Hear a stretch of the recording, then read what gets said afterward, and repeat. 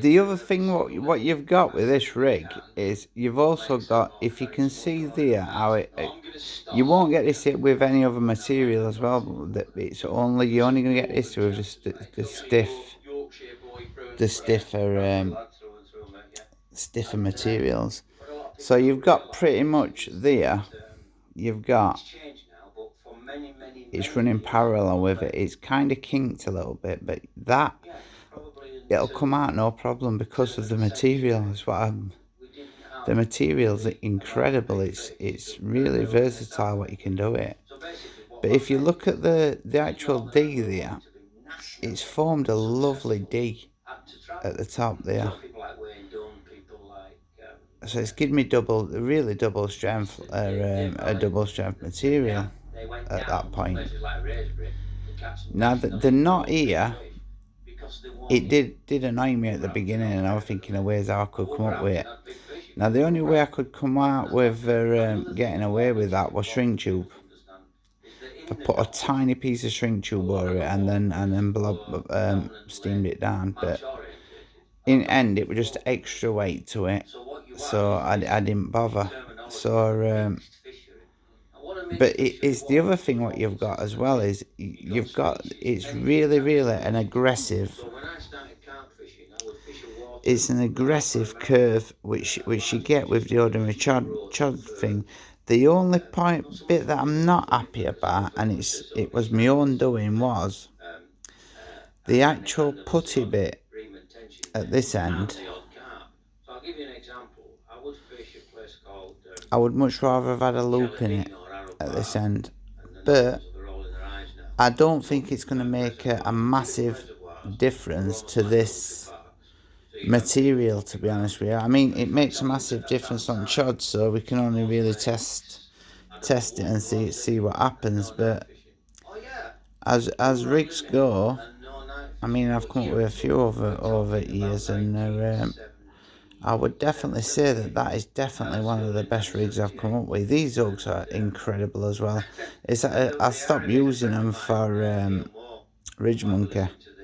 Now the Ace Razors size 6s, and they are incredibly sharp, and I mean they are really sharp to the point that you've only got to touch them a little bit, and they're pretty much, you've only got to touch them a little bit and you're pretty much you're glued to them, you know, a bit more glued there. Right, then hang on one second. But the other thing as well is I love on how, I mean that ain't even been messed around with yet, and it's pretty much running parallel to Oak, and I ain't really messed with it that much yet. These pop-ups, they're unbelievable. I love them. The Banoffee in white are I've made two sets. I've made another flavoured one and one what's a little bit more subtle in smell. There's not as much smell to them. It kind of gives it a washed out thing, and I think these are the ones that are the washed out ones.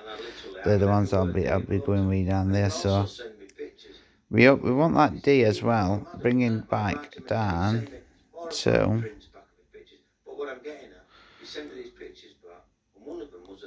opposite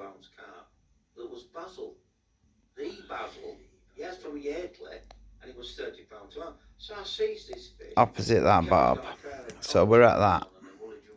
So on the bottom it's going to sit pretty much, it's going to sit pretty much like that on the bottom.